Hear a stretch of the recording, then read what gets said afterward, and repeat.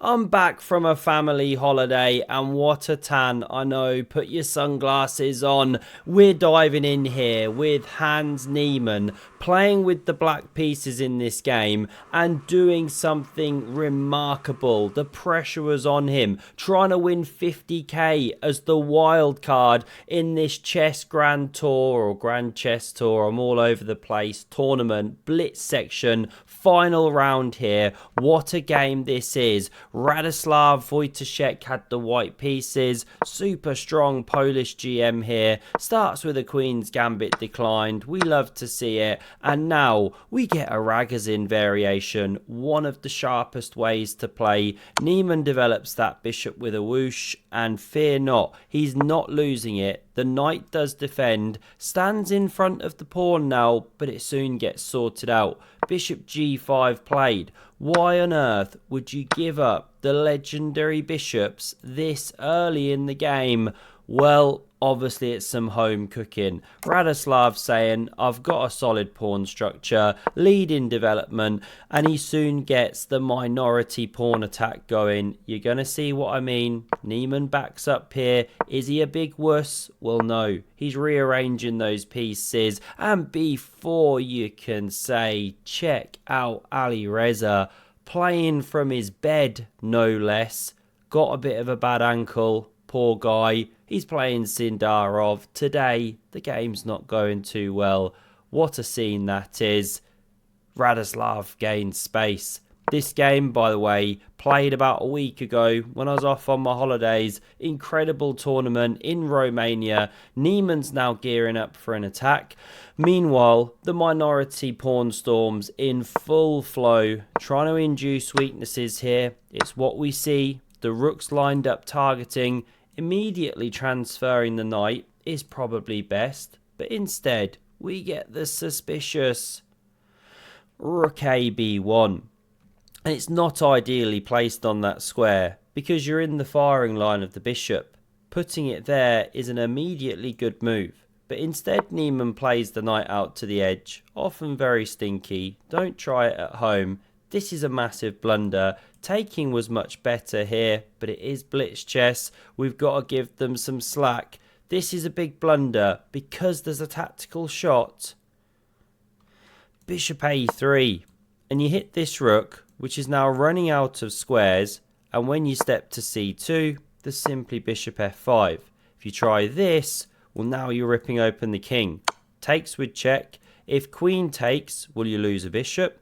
If pawn takes, you expose your king, you check it. After it moves, you then pick up the bishop for free and an exchange to boot. This is not good.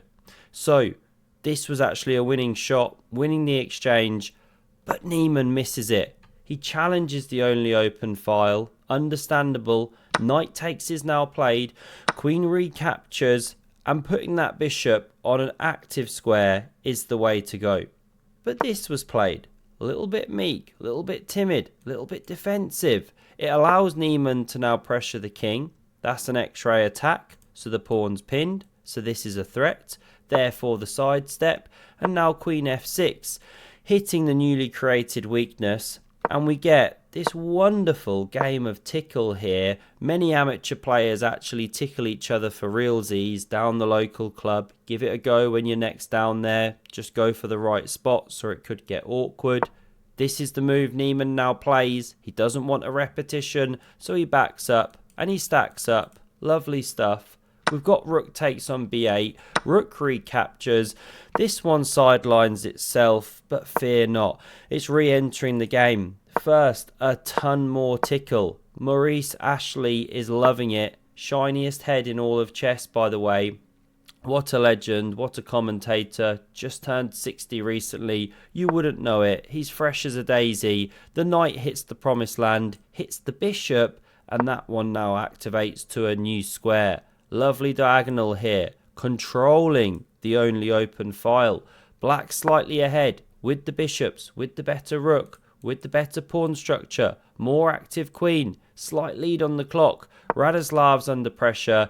Niemann was leading the whole tournament from the rapid into the blitz. Can he clinch up here? Well, you bet you he can. What a win this was. First, he starts squeezing on the king side. A4 from Radoslav. Queen backing up here. We do see the rooks go into the blender. Queen recaptures. Now the bishop comes to a slightly more active diagonal, and this one starts making some ground, some inroads. Maybe don't go there, but you get the idea. You're heading in, you're pressuring the pawn. King G1's on the board, Queen C3, and in just a moment, we see a big mistake. It's not so obvious. Radoslav's putting up some good defense, but here, he should play the move of Queen B2, offering this exchange, but also not allowing Queen B3, hitting the pawn.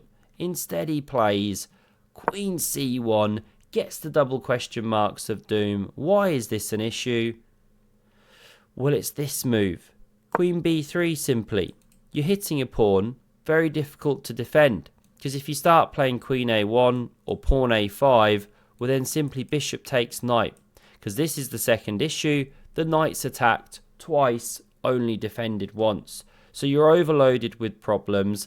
Even springing a seahorse into life won't help you, because now Niemann gives up the bishops. We see pawn recaptures, but this one is lost. A clean pawn, dead. Outside passer now, super dangerous, especially in blitz chess. This check was played here. King backs up, and now King G1 probably prudent. Although it's gone back and forth that many times.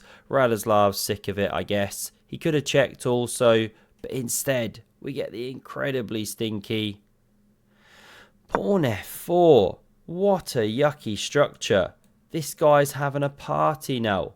Queen E4 was played to pressure the new weakness. King covers here. A5 gets that one running. Queen check. King G7. Another check. But now a great move by Hans Niemann, not playing King H7, going for the most aggressive continuation. Pawn D4, slammed down on the board, beautiful stuff. In the game, pawn takes. If queen takes, you can actually just trade these down and you're in a winning endgame, because the A-pawn's too much of a problem.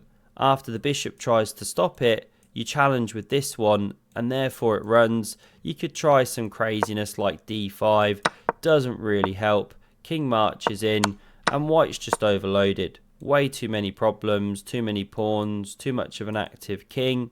That's a winning endgame. So we didn't see this one. We saw pawn takes.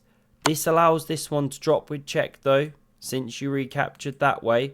King goes, no it doesn't, bishop blocks, King H7 here, and now this is a desperation. It makes good sense in blitz chess.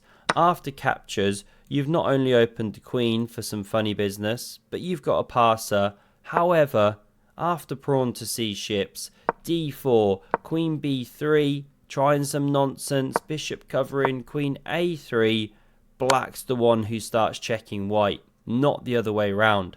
And that white monarch's in trouble, because this one's now supporting the firing attack, and the D pawn's running.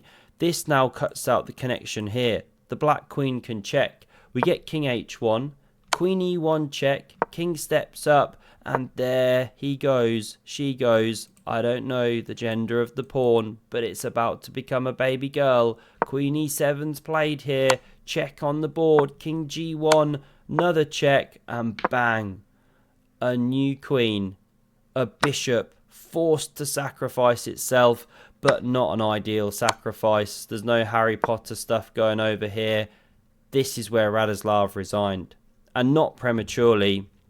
This c-pawn's firmly under lock and key with the bishop, which also covers the king. This queen's going to head around, maybe to the c-file, cover the pawn, run the a-pawn. Black's going to win this game. And with that, Niemann wrapped up the tournament. He won it clean outright, came in as the wild card, left as the winner, 50k in the bag. Wow, what a stacked field it was. Hope you enjoyed this one. Great to be back. Have a look at the video on screen if you want some more epic chess, and I hope to see you again soon. Cheers.